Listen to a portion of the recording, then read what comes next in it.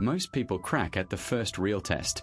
On a long run, in a tough meeting, or the third week of a new habit, one small stumble turns into a decision to stop, and the rest of the story writes itself. First see it at the gym and at the office. Somebody misses a lift, somebody misses a deadline, and they tell themselves it proves they're not cut out for it, so they stop showing up and their goals drift away. This isn't about lack of talent or some rare inner strength. It's about tiny, automatic reactions, the way a thought becomes an excuse, and an excuse becomes an exit, and knowing those moments is what keeps most people from breaking early. The quiet patterns that lead people to break early. Small compromises pile up without drama. You skip one workout, then another, and suddenly your idea of yourself as someone who trains is shaky. That slow erosion matters because identity feeds action. Once habits no longer match the person in the mirror, motivation falters. For example, a weekend runner who misses a couple of easy runs after a busy week often finds the next scheduled session feels foreign and heavy, not just inconvenient. That gap between expectation and reality creates friction, and friction makes it easier to stop than to restart. There's a quiet mental toll from constant small decisions that people underestimate. Making dozens of minor choices, what to eat, which message to answer first, how to structure 30 minutes, uses the same limited cognitive resources, and those resources run low. A software developer who spends the morning triaging messages and resolving trivial bugs will have less bandwidth for the deep work that keeps a project alive, and missing that essential focus can turn small delays into project abandonment. Decision weariness reduces persistence, plain and simple. Comparisons done casually chip away at resolve over time. Scrolling through curated social feeds sets moving benchmarks, and when your own progress looks messy next to polished highlights, you stop measuring by your reality. A hobby photographer who watches polished portfolios every evening can begin to feel their own edits are amateurish, so they stop submitting work and practicing instead of using the contrast as feedback. The effect is subtle. Reality doesn't change much, but your willingness to continue does. Perfectionism hides in plain sight and quietly pushes people toward an all-nothing exit. When standards are absolute, any small slip feels intolerable, and that feeling causes postponement that compounds into full withdrawal. Think of a musician who insists every run-through must be flawless. One awkward practice becomes proof that effort won't pay off, and they pull back from performing altogether. The logic is simple. If partial progress feels like failure, then stopping feels like the only sane option. Everyday stresses stack until resilience cracks. Skipped meals, poor sleep, and no clear recovery routine don't cause a dramatic collapse overnight, but they lower emotional reserves steadily.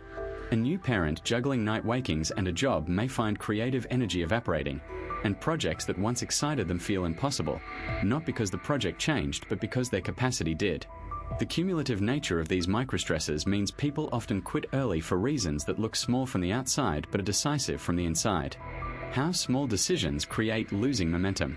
Tiny, everyday choices shape whether the day builds or falls apart, and most people don't notice it until the crash happens.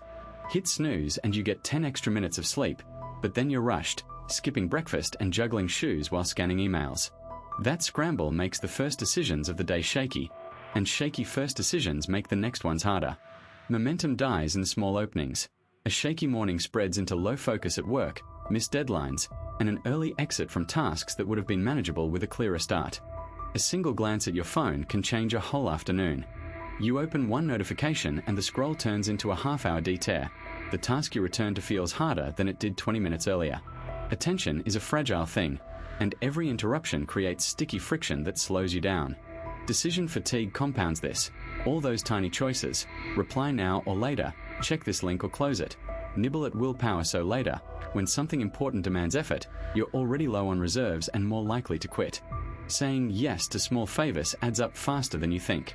Agree to cover a colleague's short meeting and suddenly a chunk of your focused work time disappears.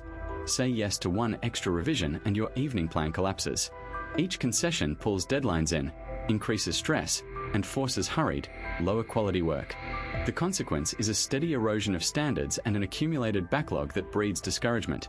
People often stop because the weight of many small compromises becomes bigger than the original task. Environment and tiny rituals matter as well, and their effects stack quietly. Walking into a cluttered workspace or arriving at the gym without a plan lowers the threshold for quitting. It's harder to start when the room resists you. Skipping a quick warm-up is a small cut that raises the chance of quitting early from physical discomfort or boredom. These micro-decisions create an invisible slope. One small slip makes the next slip easier, and soon momentum is gone, not because of a single catastrophe, but because many small choices pulled it away. When self-talk and environment collide, your brain constantly reads the room for safety and difficulty. Short sentence. When the desk is stacked with half-finished tasks, when the lighting is flat, when other people keep interrupting, those are not neutral signals. They register as extra work for attention and memory, and that makes the inner voice more likely to go negative. A software developer who opens an inbox full of bug reports will often hear a loop of "can't catch up" before they even touch code, and that loop shortens patience and raises the chance of quitting the task early. The reverse happens just as often. Negative self-talk narrows perception and turns harmless details into threats. It makes a single frown in a meeting stick like glue while dozens of nods wash away unnoticed. A teacher giving peer feedback may fixate on one offhand critique and decide they can't handle the job anymore, even though most feedback was positive. Put the two together and the effect becomes a feedback loop that ends careers fast. A runner who notices a crowd whisper, then thinks first M slowing down, actually tenses up, shifts stride, and slows. The crowd's whispers seem to confirm the thought, so the runner pulls out of the race early. Small environmental triggers amplify small inner doubts, and those amplified doubts change behavior in ways that produce the very outcomes the voice predicted. People who break later tend to experience that collision as a pattern rather than an isolated failure.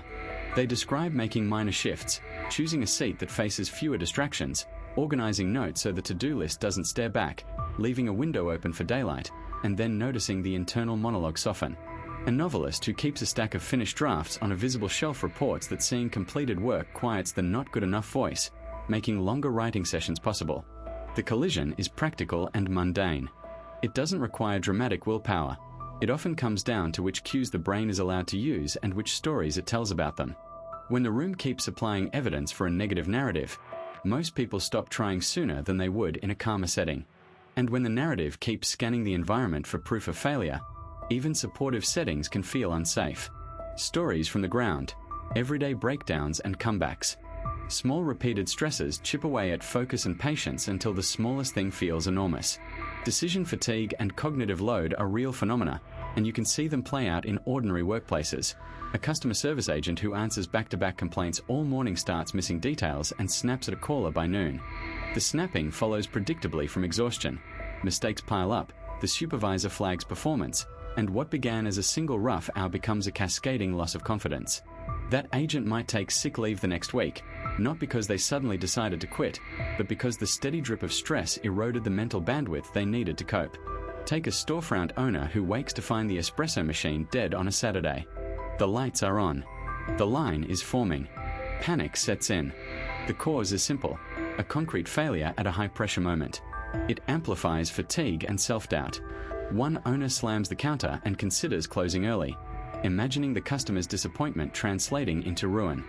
Then someone from a neighboring business lends an old jug of coffee and a spare grinder. That small, practical intervention breaks the spiral. Service continues, a few customers stay, the owner calms down and sees options again. The comeback didn't arrive through a dramatic revelation. It arrived because the immediate problem was addressed and the owner's mental load eased enough to think clearly. A parent juggling night shifts and childcare often reaches a breaking point that looks chaotic but has a clear anatomy. Missed naps cause a toddler to be fussy, which makes mornings longer, which makes the parent late for work, which sparks guilt and sleeplessness. The breakdown often appears as yelling or withdrawal.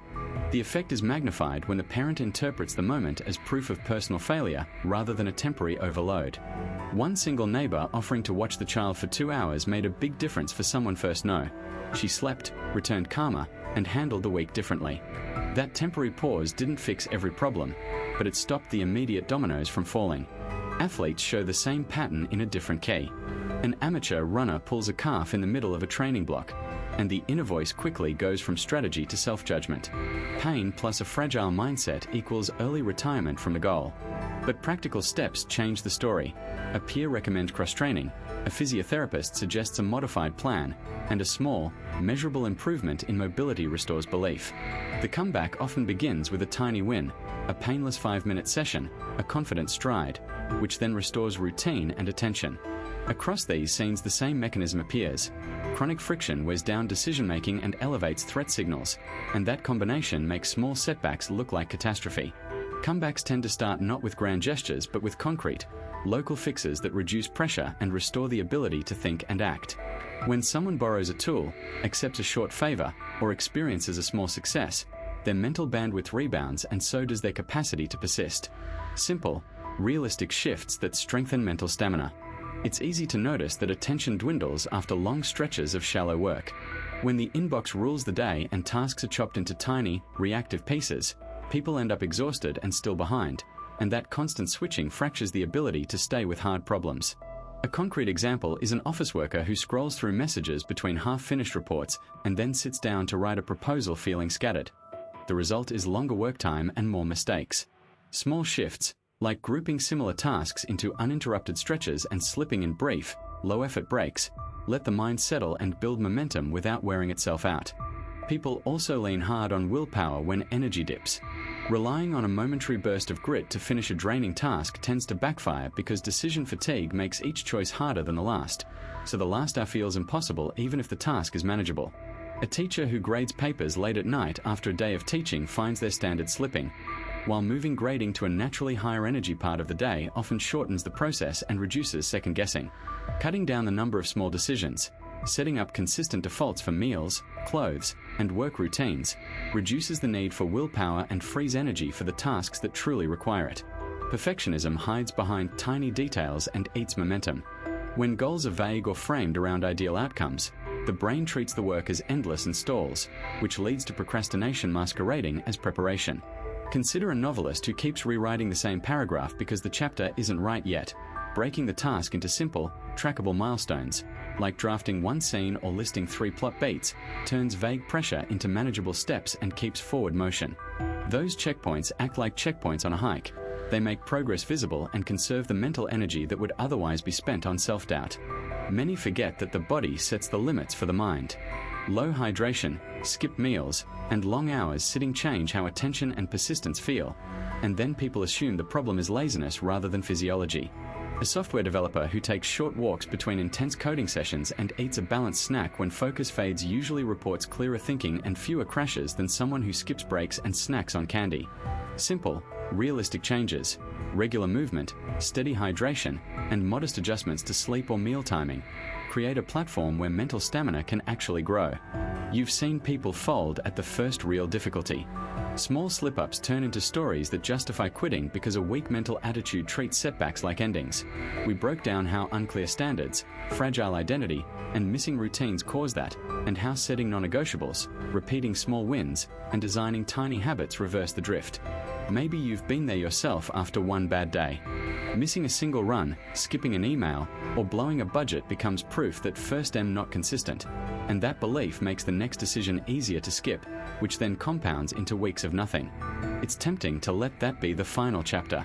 If this landed for you, there are more short, practical examples coming that show step-by-step habits people use to stay on track, and sharing what worked in the comments helps others see the pattern and stick with it. You don't have to be the person who breaks early. First, we'll be unpacking real case studies next, small changes, concrete moves, and the kind of mental framing that lasts. So stick around if you want the follow-up. First, I'll see you in the next one.